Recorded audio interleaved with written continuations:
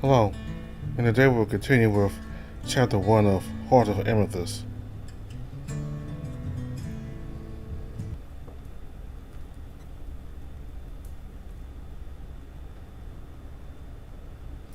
The next morning, I woke up around the 7th hour. No, wait, scratch that. Zach woke, Zach woke me up as I'm still incapable of doing it myself. I blame it all on the bed. It's just too darn comfortable. I'm still feeling a little sleepy, but he told me Almond would be here any time now, so I gotta be ready. Luckily for me, all I have to do is get dressed and be decent enough. The little guy will take care of the rest.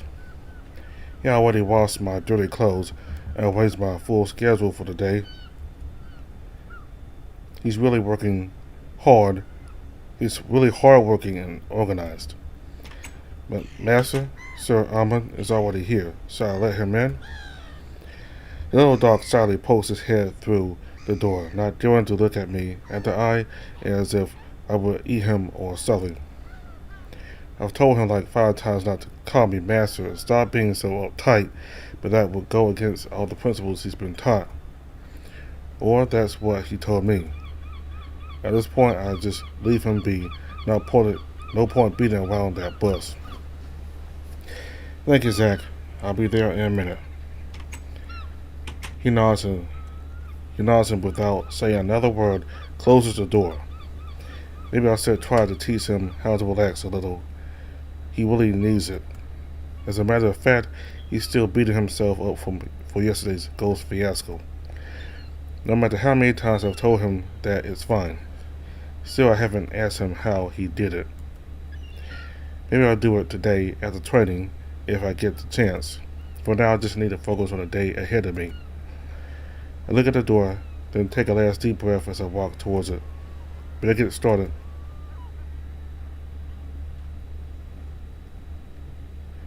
The morning is as clear as it can be. Not a single cloud in the sky and the sun is burning bright. The summer breeze feels nice on my fur, and the salty scent of water assaults my senses. I used to be really confused by that as a kid because lakes back home weren't salty, but this was. Oh my, this reminds me of this one summer day in which I was really thirsty, so I decided to drink some water from the lake. I was probably thinking that no one would mind if I did. There's a lot of water after all. Well, next thing I know, I spent 2 entire days stuck in the bathroom. I would have really appreciated if they had told me that I'm not supposed to do that. After all, the water from the lake is really salty because we are close to the ocean. But enough of that. I should talk to the wolf. He probably knows that I'm here by now, but he hasn't acknowledged me. He's currently looking into the distance with his back turned at me. Taking a closer inspection, I can notice that he looks cleaner this time around. His hair is not messy like yesterday. He smells nice. Probably took a bath. With that initial observation out of the way, I decided to approach him. The wolf seems to be deeply in thought, making me wonder what's on his mind. You know, I've always loved this site. Reminds me of my home. A place surrounded by water and not a single cloud in the sky. Ain't it beautiful? He says that without any sort of context, so all I can do is nod and stand beside him. Almond offers me a warm smile as he turns around to face me. So how was your sword training yesterday? It was fine. I got here a few times by minutes. That's great to hear. Looks like I didn't need to ask Ruby to keep an eye on you. It was just in case things got out of hand. Hope you don't mind. You know Ruby? Of course, I'm good friends with her. Really? She doesn't seem the type to be friends with anyone. Still, it figures. He fits the social butterfly standards with flying colors. Why Ruby though? She didn't seem interested in me at all. Huh? Why would you say that? I don't know, she just needed me to know that the princess wanted to meet me, and she left as soon as she passed down the message. Besides, she's kind of scary. When she casts that weird spell on me, it feels really awful. almost seems really surprised about this revelation. Maybe I said something that I shouldn't have. I wouldn't worry much about that. She probably just used her battle aura on you. Red eyes, they are all the same. I'll tilt my head as soon as he mentions that term. I had never heard of it. Battle aura, it sounds like something a kid would say while playing a game. You sure you're not making that up? Wait, you've never actually heard about it? I mean, I'm sure this can't be your first time feeling a battle aura. Most of the red-eye guards are trained to externalize it. I mean, I've never had the time to pay attention to that. Most I just try to get the hell away from them. Some of the guards are scary, but what I felt coming from that maid was definitely different. See, it made me fear for my life. Almond seemed to pick up on my confusion, patting my back with a smile. Relax, mate. It's very simple, really. A battle aura is a use of Quim unique to the sons of Grimoon. They can expand the reach of their mana within a certain area. They do it as a way to make weaker enemies feel intimidated. And if I'm not mistaken, it won't work in beings with stronger wills. Besides, in my personal experience, not many of them can do it properly. It requires a lot of training. I chuckle a little as he finishes his explanation. The brown wolf just sounded a lot like Amethyst, and that puts a smile on my face. Did I say something funny? I deny it with the head, and Almond just shrugs, then continues talking. Anyway, that's pretty much all I can tell you, mate. To be honest, I don't know much about her. One day she just showed up beside the king. This is quite interesting indeed. I feel like my eyes have been opened to a whole different world. There are so many things that I don't know, and Quim can be used in a lot of different ways. Can't help but wonder what other things are possible. Can water do that? I doubt it. That asshole can barely lift a sword. Are you sure we're talking about the same guy? Because you looked very competent to me yesterday. Ah, mate, you're too nice. But you don't have to pretend with me. I'm sure he just used his class as an excuse to hit you. That dumbass. No, you're wrong. I like this class because he actually taught me something. I don't know what came over me, but hearing Almond talk shit about the Black Wolf annoyed me. I guess I just don't like when others talk behind my back. I mean, I don't know the background of the bad blood between them, but all I know is that I don't want to be part of it. Besides, this is the perfect opportunity to make him acknowledge yesterday's events. I really need to let him know how upsetting his behavior was. Maybe we can work something out if we talk about it.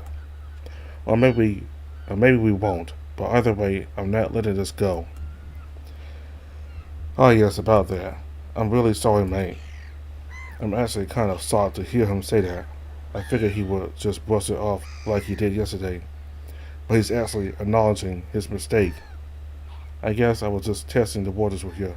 I mean, it's not often that we get to see new faces around here. Still, I know it's not an excuse, mate. Guess all I can do is promise not to do it again, eh?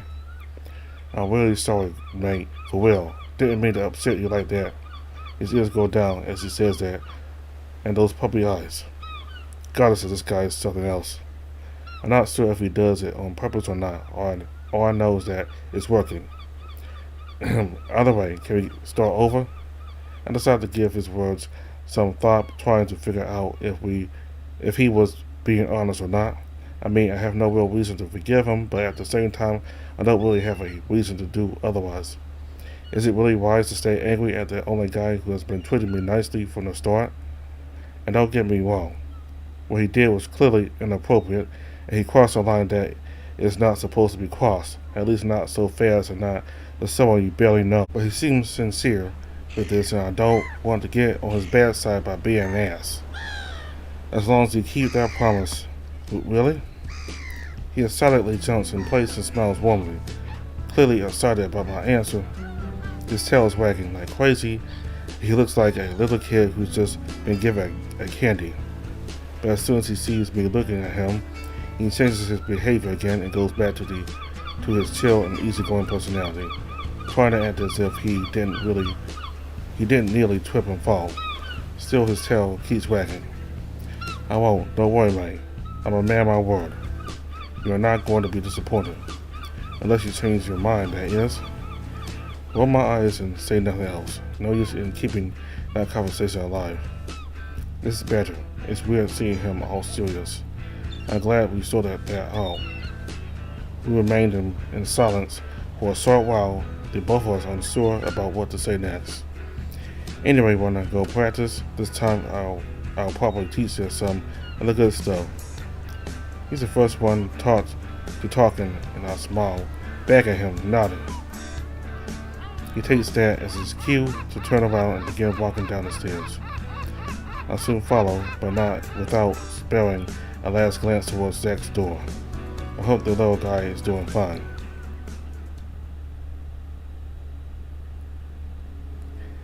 Boy, that's much better, mate. His face turns into a bright smile as I finally manage to hit the target. Let's just say it took me a few hours of practice. I feel relieved though. Turns out I'm not as hopeless as I thought. Besides, I'm content with what he taught me. He's not a terrible teacher when he thinks with his proper head. This time I actually feel like I learned something. Almond walks closer to me and grabs a bow from my hands. Seems like practice is over. Good job, mate. Thanks, I just tried to apply what you taught me. I say happily, my tail wagging behind my back. I'm quite excited to learn about shooting as it reminds me of my mom, who used to be a master with a bow. I used to look up to her a lot, still do I guess. Class is over, but we still have some time left. Let's take a seat, shall we? I nod and follow his lead, walking towards one of the benches. We take a seat under a tree, and I can't help but rest my head on its trunk. And I really need to improve my stamina if I'm going to keep this up. I've spent already. This sure is nice, eh? I nod a few times, making sure to let him know that I agree with what he said. Aside from that, I do or say nothing else. We remain in silence for a while, enjoying the view and the nice breeze. As I look to the side, I can see he's got that same look on his face, the one he had this morning. Wonder what that is all about. So, you said this view reminded you of home. Where are you from? I was born and raised in Maryland, in one of those villages to the south. Ever been there? Well, he must mean those fishing villages all over Maryland's east coast. I've actually been to a few. Actually, now that you mention it, I traveled there with my mentor 4 years ago, if I'm not mistaken. A sad smile crosses his face as I say that, keeping his eyes glued to the horizon. Are you from the city? He says before I can answer him if something is wrong. I'm guessing it's a touchy subject. I've been living there for the past 10 years, but I was raised in a forest. Is that so? How come you don't know how to use a bow? What does that have to do with anything? Didn't you guys hunt or something? Oh. When I left the forest when I was 10, never really had the chance to learn. Besides, we were farmers. Hunting wasn't really our thing. We grew all we needed and got the meat from a nearby village. I chuckle lightly as I remember all those good memories in the forest. Those really were some good times. My mom used to hunt from time to time, but she did it for sport mostly. Sounds like a peaceful life. It was. I told myself that someday I will go back to that forest and build my own little hut. What's stopping you? I can't help but frown at that question. It's not his fault, but he's rubbing me in the wrong spot with it. There are some things I need to take care of. I say, hoping that he'll drop it. Well, it looks like you've got it all figured out. Yeah, not all, but I try. How about you? Do you know what you want to do with your life? Oh wow, one awkward silence.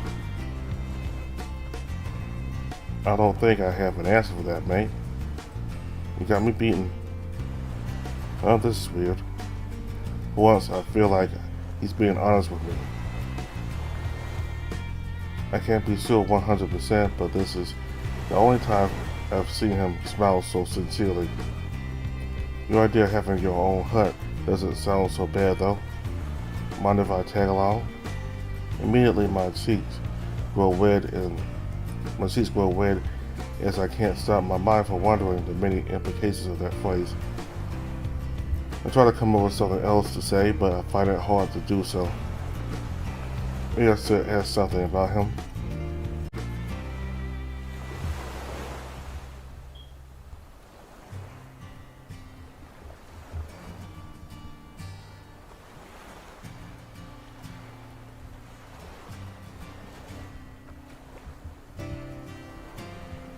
You really are curious about my past, eh, man? There isn't really much to say. There he goes again, not wanting to talk about himself. I notice he's the kind of guy that is really careful with his words. That's okay, we can talk of something else. He pats my back softly and offers me a warm smile as he denies with his head. It's okay, mate. Don't sweat it. Like I said, it's really nothing special. I needed to survive, so I taught myself how to shoot. I was a teenager and a homeless one at that. I had to learn how to take care of myself. Wolf shrugs and chuckles. His smile is warm and playful as per usual. It wasn't easy at all. My first bow was a mere stick tied with a pair of underwear and stone. I think those were some grandma's or something. My point is that the process was really slow and tedious. And eventually I managed to hunt down the seagulls that roamed around the fist from the port. Not the best of meals, but I had to do it. Seagulls, really? Gross. I can't imagine myself eating those things. What do they even taste like? Chicken? And you don't underestimate the power of seagull stew. Their meat can be quite delicious if you cook it the right way. Maybe I'll cook some for you someday. His laugh fills the entire yard, making the atmosphere feel warm and light. Mine soon follows as we both share a good time after his story. Anyhow, did I answer your question? Sure did. That was a very interesting story. I'm glad I did, but look at the sun, mate. It's gotten pretty late already. Will says as he looks up at the sky. I've never been really good at guessing the time by looking at the sun. All I know is sunset means late and down means early. I'll grab something to eat and then be on my way. You should probably do the same. And now and then we both stand up from the bench. Thanks for the talk, mate. Let me know if you ever feel like doing that again. I wait as he walks away from me into the castle. I decide to stay here for a while and enjoy the cool breeze that comes from the lake. I'm not that hungry anyway.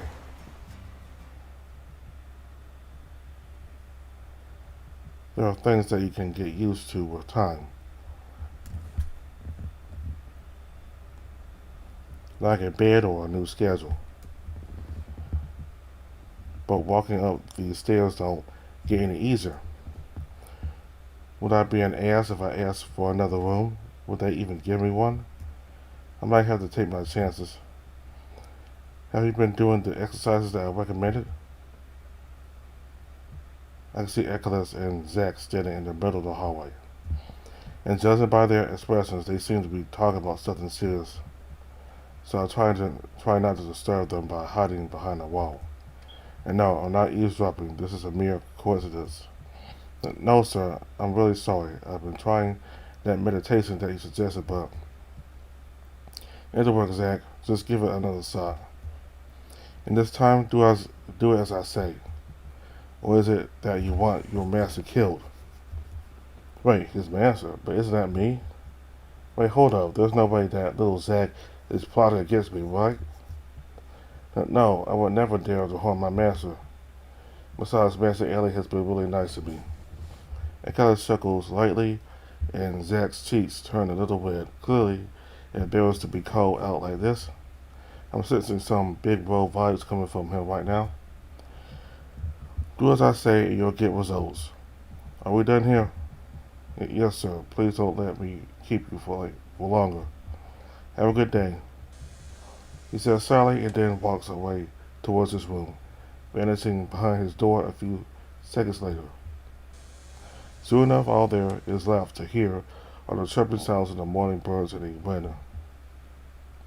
I remain there, but hidden behind the walls. I don't want to look suspicious. You know, listening to other people's conversations used to be punished with severe torture 8 centuries ago. I take that as my cue to approach a Quinn Wolf. His ears twist as I walk closer, so I can guess that he already knew of my presence. So I didn't mean to. The rooster shrugs and looks away, so I'm guessing I got a free pass on this one. What was that about? What was that all about, though? Sounded serious. Is he okay? I finally asked as my curiosity was eating me alive. It's not really my place to say, and neither yours to ask. Okay, that's fair, sorry. Nobody has to be the one apologizing. Not to you, of course, but to him. I knew you were there, so I decided to poke some fun at him. It was rude of me, especially knowing that he's still just a teenager. For the perfect age for those sort of things. Why now? He remains quiet after my question, keeping his big blue eyes glued to mine. Damn, now I want to know even more. But he's right, I shouldn't poke my nose where it doesn't belong, especially if this is a personal issue. You're 30 minutes late, by the way. Sorry, it's the damn stairs. I must admit, your living quarters are situated in quite a bothering place. I feel a little bad for making him come all the way here, but at this point, there's nothing I can do about that. It doesn't matter. Let's get in, shall we? I have something I wish to show you. Yeah, let's. Once inside, I can notice a callus wandering around the room. This time the wolf didn't bring much with him, just an old-looking squirrel. He also seems more distracted than normal, which is quite uncommon for him. Are you okay? My question remains unanswered for a while. Only silence fills the room. But eventually he looks at me. It's then that I can see the black bags under his eyes. For how long has he been awake? Did he sleep at all? You're an abnormality. Something I have never seen or heard or even heard of about. See, what a nice way to start a conversation. How is it that you can have purple eyes? It shouldn't be possible. It's unnatural. That mere fact has been in my head for the past 2 days, so I've been investigating. It's been very difficult to find anything I own, not a mention, not a clue. The information had been slipping through my fingers. He seems really upset about this, as if he's been obsessing all night. I wonder what's driving him. That was until I found this. He flashes me a cheeky grin as he lifts up the scroll he brought with him. The wolf seems really proud of this finding. I go up as I grasp the scroll from his hands and take a good look at it. This one seems rather old, ancient, I would dare to say. I hope I won't break it. What is this, a list? I unfold the scroll and check its contents. The seal is broken, which is to be expected, as I'm guessing Nicholas checked it beforehand. In the scroll are written countless names and a few notes alongside them. Stuff like tall, wild dog woman with brunette hair and silver blue eyes, or short red fox man with a scar on his left eye. The list is long, and there are countless names, but aside from that, there is nothing interesting about it. What does this have to do with me? And Kyle's probably picked about confusion because he sighs deeply and then points out a specific spot on the paper. This is a list of guests for a funeral. King Andrea's funeral, to be more precise. It was made by Grandmaster Marlis, the second Grandmaster of the library, one of my ancestors. You can confirm that by checking the seal. It is hers. I'm feeling really confused. Is this another history lesson? What does checking the code number 1510? I do as he says, moving down on the list until I reach that specific number. Name of the guest, unknown. Title unknown. Observations, the guest seems to be an elderly fox who hunches and has a beard. He also seems to have some purple stripes on his ears and white arm. No facial recognition.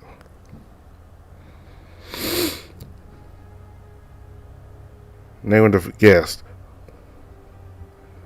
Name of the guest unknown. Title unknown. Observations, the guest seems to be an elderly fox who hunches and has a beard. He also seems to have some purple stripes on his ears and right arm. No facial recognition. This is odd. All the other students.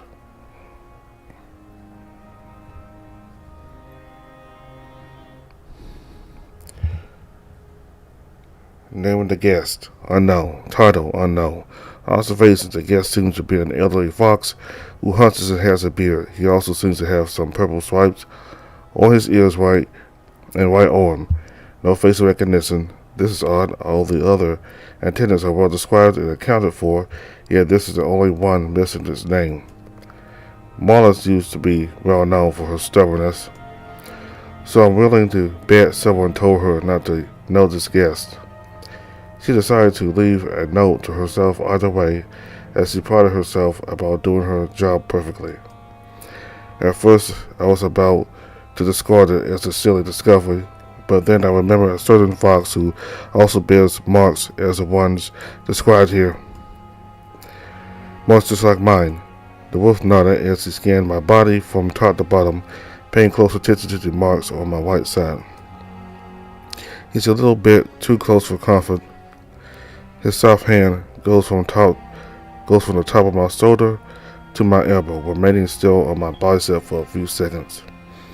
The wolf is looking at me as if I were a unique artifact that he wishes to unravel. Allow me to ask you, did any member of your family have these? Maybe your father? My mom, actually. I see. So my theory stands.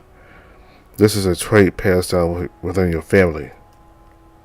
Makes sense. My sister also had these same marks.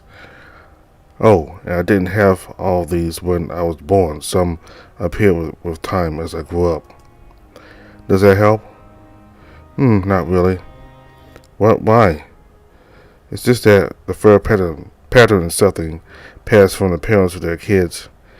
The ones from previous generations are the same as the next. Then the marks are part of my bloodline, right? He denies with his head. His face shows a look of confusion and anger. The wolf seems like the kind of guy that doesn't like unexplainable things. Of course. That must be why he's so worked up about this. No, it can't be that. You see, your fur pattern is something you're born with. Yes, it might suffer a few changes with time, but it's not something that sporadically appears. Besides, there's the fact that I felt some sort of magical energy coming from your marks. But what sort of magic can be passed down from one generation to the next? I've never read about a spell like that. At this point, he's just talking to himself, although, to be honest, I don't even know what to say. It's just, I've never given much importance to this. These marks have always been there, so I just thought it was normal. He sits down and I do the same. He seems tired and annoyed. The poor guy clearly hasn't slept. Oh, I think that he looks like the guy. Still, I think that he looks like the kind of guy that has everything under control. So it's better if I give him some time as he calms down. And some time passes indeed, yet he still remains in the same position. I can't help but wonder if I should do something. No, I said, wait, was that is this guy for real? Did he really fall asleep right there? Indeed he did. He fell asleep right on the spot. The wolf has his right hand on his cheek, his fingers covering his eyes, and a very soft breathing. Okay, yeah, I need no further proof that he's sleeping. But what should I do about it? Should I wake him up or let him rest? Let's let him rest. Wait a minute.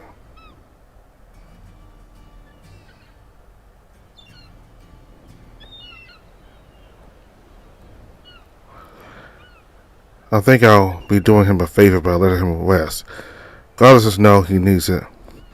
That position looks rather uncomfortable, though. His back will kill him when he wakes up. But there's nothing I can do about that. I'll just grab him a blanket for now. I slowly stand up from my seat, turn around, and walk towards the closet, which I know is where Zach keeps the blankets. After finding one, I walk closer to the wolf and place it on top of his shoulders. I hope that's enough to keep him warm. With that done, I walk towards the door and I exit the room, trying to make as least noise as possible. I waited outside for at least 2 hours, give or take. The sun's already setting and the wolf hasn't woken up yet. I don't really mind though. It's obvious that he needed a break. Besides, the breeze out here feels quite pleasing, and I've used this free time to do some reading. 1,579 people attended the funeral of Lord Andreas. From the highest of the royal ranks to a mere farmer, everyone was welcome in the royal castle for the event of the century. The wolf died of AIDS on his bed, surrounded by his loved ones, and as his 5 kids remained by his side until the end.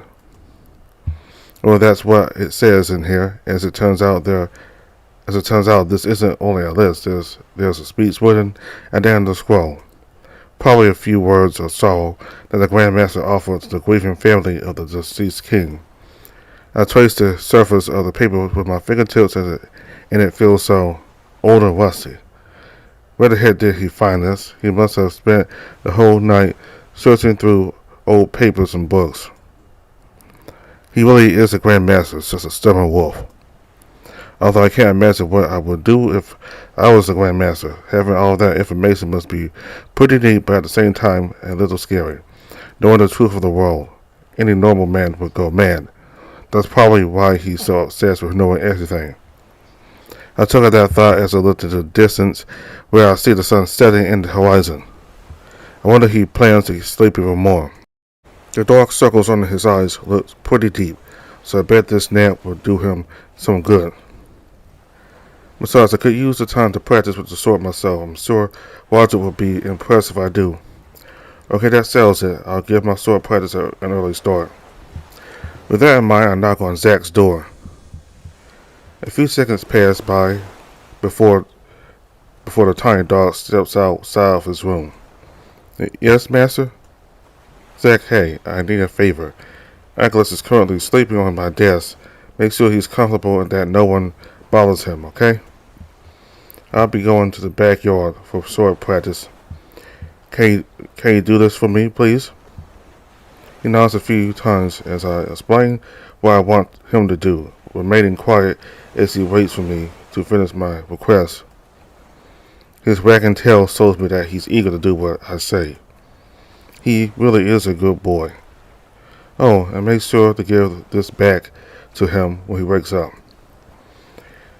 I pass him the scroll and pat the back of his hand happily. His cheeks shyly blush a little, but I don't give it much importance. It's just Zach being Zach. I'll do it without failing, Master Ellie. Save practice. I give him a soft smile before heading towards the end of the hall, waving a few times until I begin to climb down the stairs. Never thought I would have the chance to say this, but Having my own butler is freaking awesome.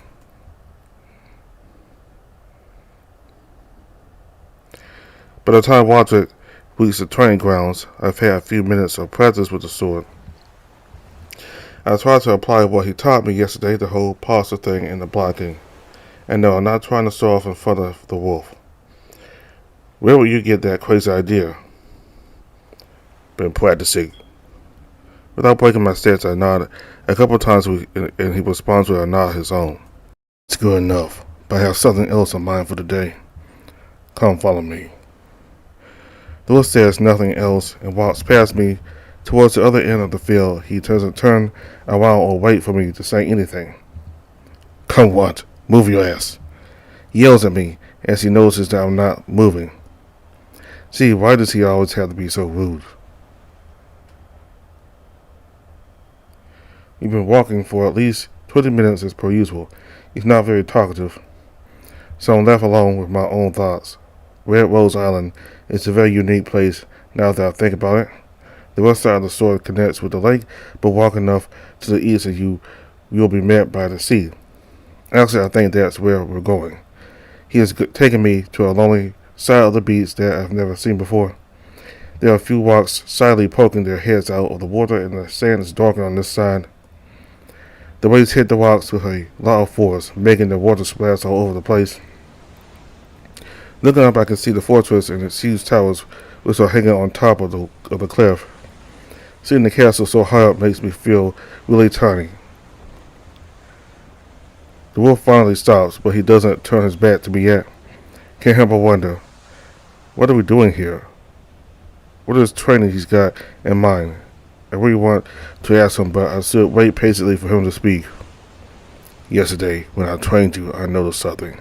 Despite your efforts, you're still weak. I could teach your arms how to react to a hit, but you won't be able to stand a single blow if your body isn't strong enough. Swordsmanship is about technique and swiftness, but resistance and stamina play an important role as well. If you get tired of it or you falter, your enemy will use it as an opportunity to take you down. Then the best strategy is to tire your enemy? No, not at all. The best strategy is to take your enemy down as fast and clean as possible.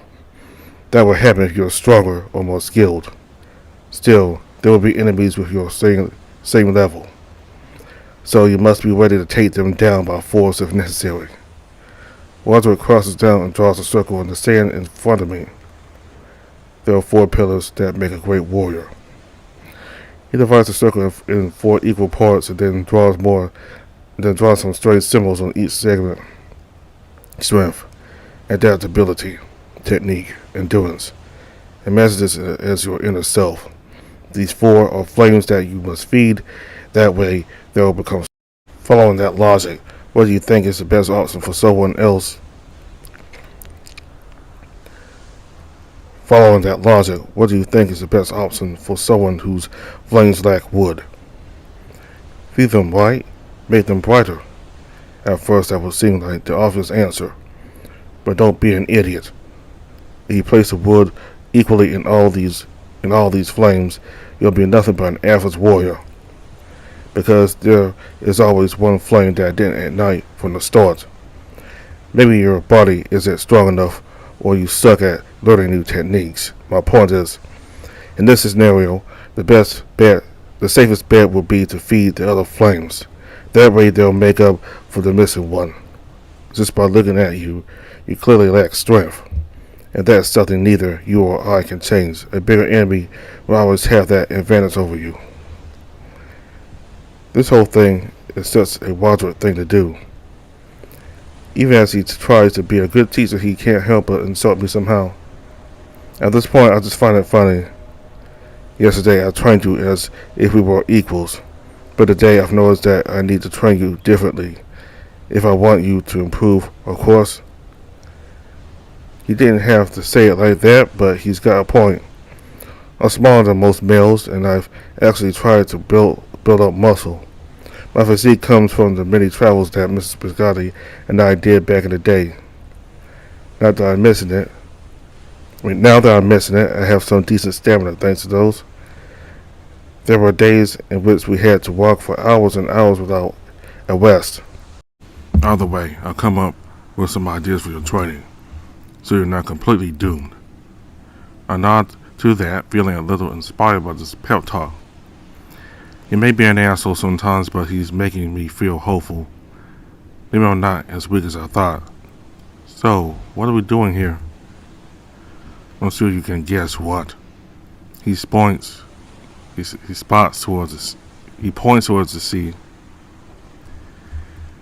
For a split second, I swear that I saw an evil grin show on his face.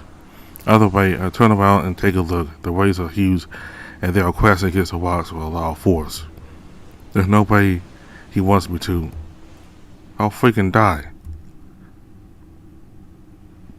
We would be having a picnic, right?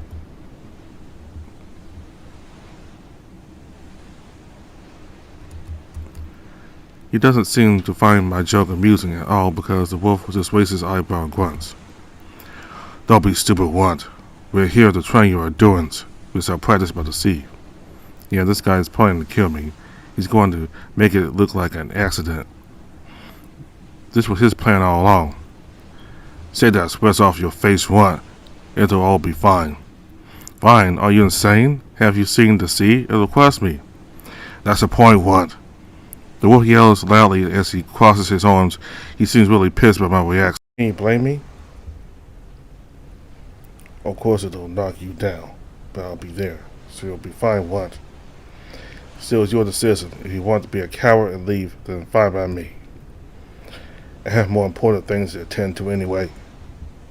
He gives me a severe look as I turn around to check the ocean one last time. I could easily die if things go south. Even if he says he'll be there, what if something happens? What should I do? Give it a try.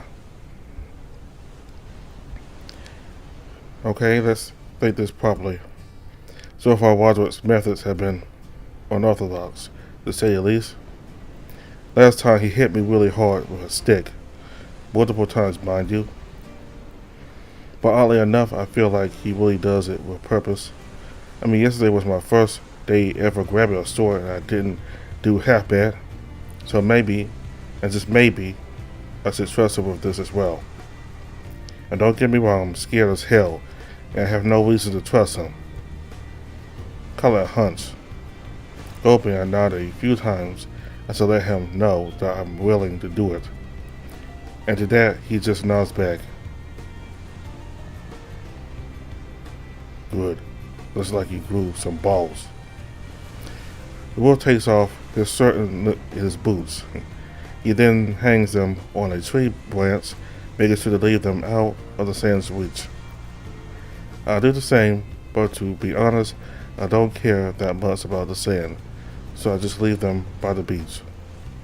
Runt, I told you to shake off that expression. Everything will be fine. Now, come with me.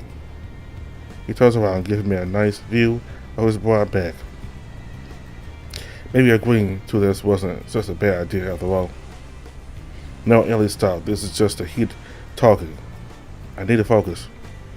After I mentally slapped myself a few times, I decided to follow his example and get into the water. A wave hits my ankles rather harshly, almost making me fall. The wolf offers me his hand to me, and I don't think twice before taking it. From now on, I would rather stay directly behind him. I will use his large self as some sort of muscular shield. Anyway, we eventually stop a few feet away from the shore. The water reaches my belly, sending shivers down my spine. It's so freaking cold. Come, get in front of me. I do as he says, slowly but steadily, walking in front of him. I have to battle waves to get there. But I manage. Once I'm finally located, Wadsworth lets go of me and remains behind me. His body is mere inches away from mine. He wasn't kidding when he said he would have my back. I'll admit. Maybe I spoke too soon, because as I got my footing, a huge wave came in and crushed me completely. All goes black in a flash My ears begin to ring. I don't know where I am or what to do. All I know is that I have water inside my nose and mouth. Yikes, what a disgusting sensation. Feels like my eyeballs and nostrils are burning. Stand up, what? You're fine. Hearing Roger's voice calms me down a little because it means I haven't broken my back against those rocks yet. The wolf slowly helps me back on my feet. See, can this guy's chest be any firmer? At first I thought I had hit a rock.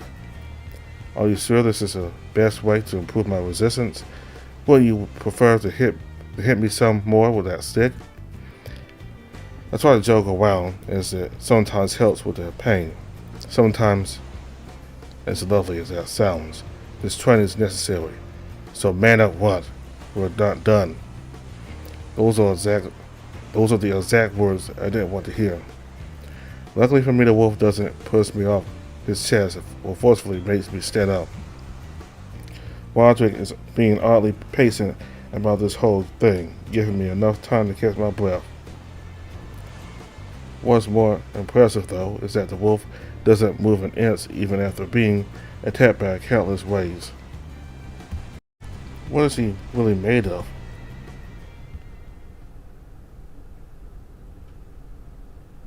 Man, after such a long day, all I want to do is lay on my bed and rest. See, I really don't want to go and play with that spoiled princess. But I'm not risking getting on Ruby's bad side again. As I walk back to my room, I can notice Zack standing by the door of the bathroom. The little doll's ears perk up as he notices my presence, offering me a side smile. I return the smile and slowly walk towards him. He looks happy to see me, which is always a nice thing. Welcome back, Master. Hope you had a great day. It was okay. How about yours? He smiles as I ask him that, his tail wagging excitedly on his back. Well, I finished all my tasks for the day, including preparing the bath. Oh, and I also started to sew a new sweater. The one I'm wearing is a little old, but I thought it would be nice to make a new one. To be honest, I'm quite impressed by Zack's set of skills. Is there anything he can't do? I didn't know you sew. That's awesome. Thank you, Master. I do it in my free time. His tail keeps wagging like crazy, and this is the first time he's actually managed to maintain a conversation with me for a minute straight. I'll see this as a win.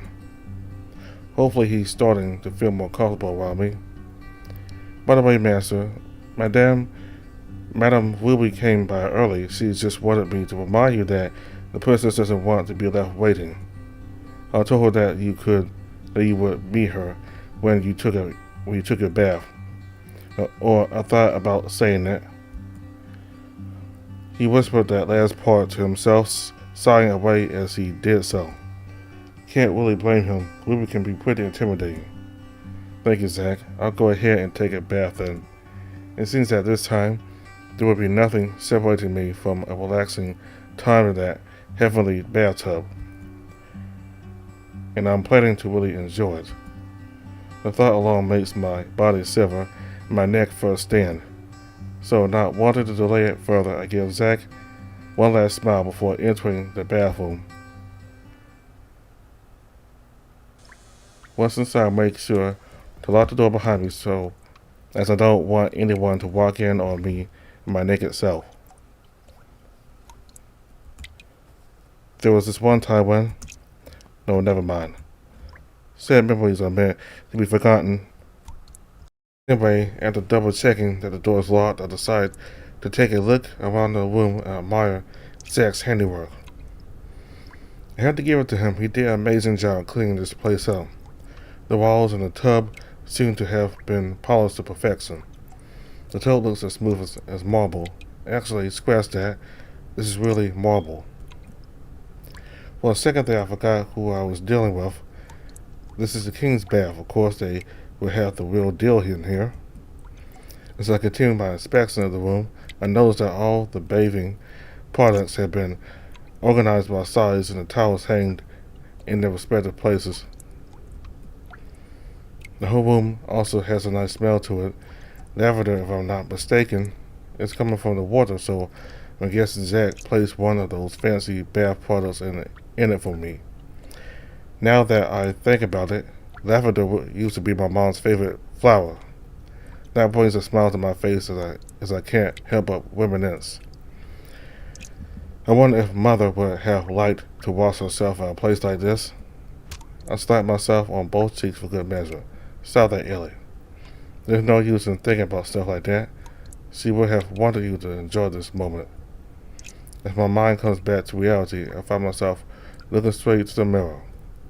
That's weird. It wasn't here yesterday, if I'm not wrong. Did Zach place it here? I wonder why he did it. Actually, it doesn't matter. I think it's a good time to start passing around and get my ass in the water. It might get cold if I don't hurry. Talking about that, I decided to give it a try and touch it with my left palm. Just as expected, the temperature is perfect. Let's undress then.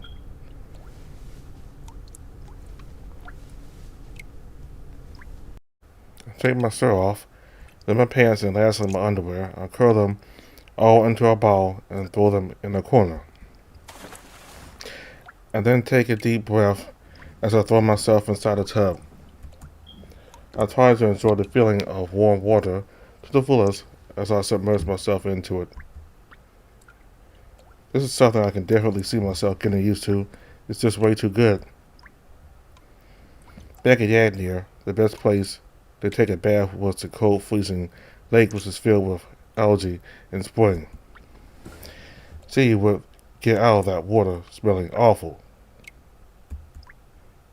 And yet Mrs. Biscotti used to make me do it all the time. He said it was good to build character. According to him, if you bathed in it each month, you would never go sick. Still, I never saw him take a bath in the lake ever once. He would always take water from the well when he thought no one was looking. Such a silly man he is.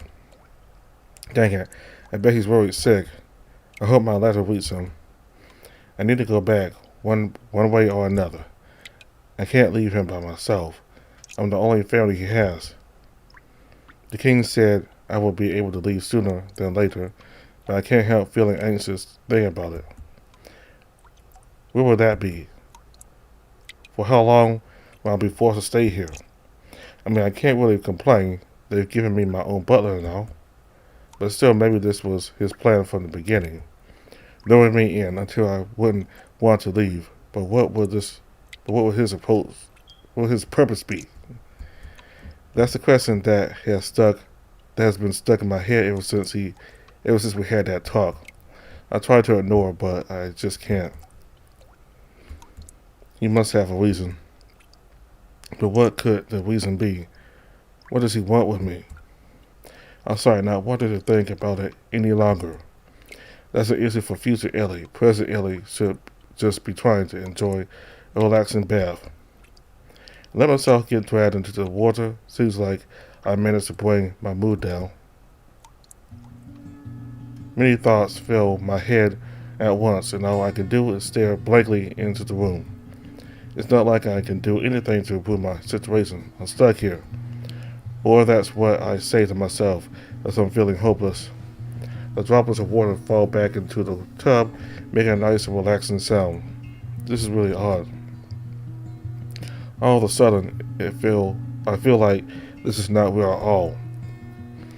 One moment I was there, enjoying the warmth of the water as I tried to relax.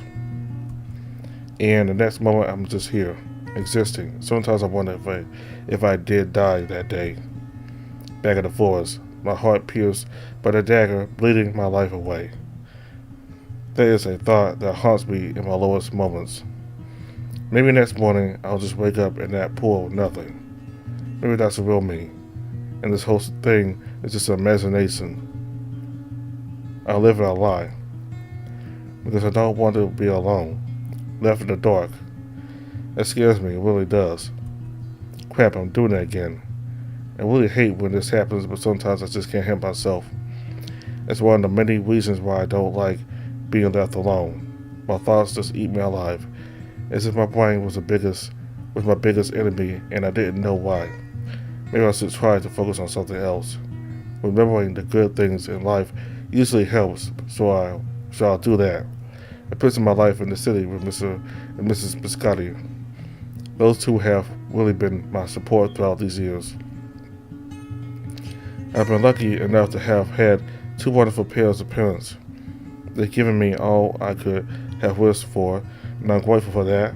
The goddesses gave me another chance in life, a chance to amend for my mistakes and keep the promise that I made. But what do I go and do? Get myself involved with a band of thieves, and apparently terrorists. What a bloody mess I got myself into. They set you up. No, that can't be. I won't believe that for a second. Hugo's not that kind of person. It was that damn coward who left me there to die. I swear to the goddesses if I ever see him again. I clench my fists as the mere thought of that asshole sets my blood ablaze. Well, at least that helped me stop thinking about negative stuff. I can't crumble now. I have a lot in the line. Besides, there's a game I must win tonight. Not by choice, of course, but might as well give it my best shot. I'll show that spoiled girl what I can really do. I'll show that princess what the many hours of playing against Miss Biscotti had taught me. And then I'll go to bed. I'll wait patiently for the next day. I'll show everyone what I can really do. The king, Almond, Roderick, Nicholas, even Ruby. I'll show them. But for now, I should just enjoy the bath. Tomorrow shall be another day.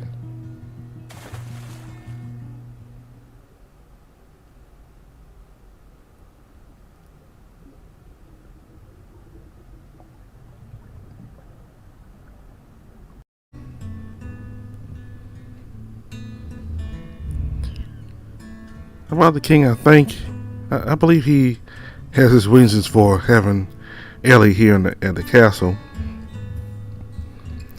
Could be some prophecy, and about the information that Callis found, there's this fox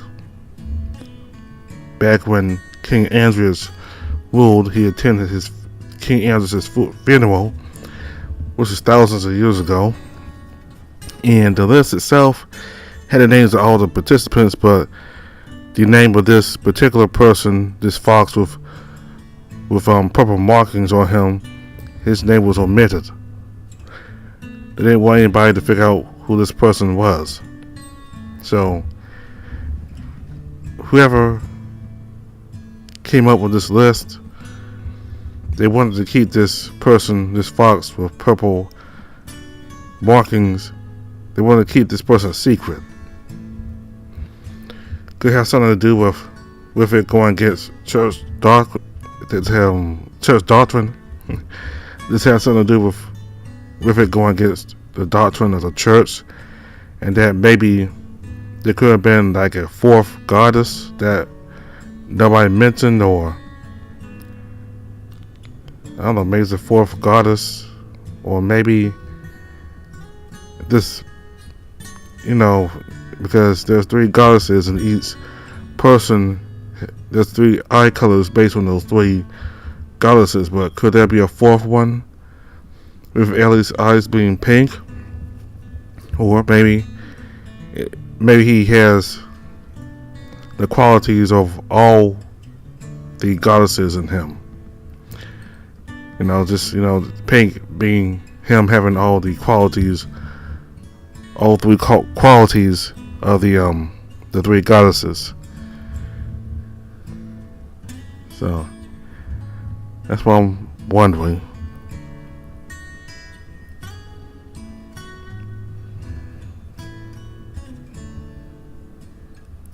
So Alvin apologized for what he did yesterday, and it seems that the two of them are back on decent terms.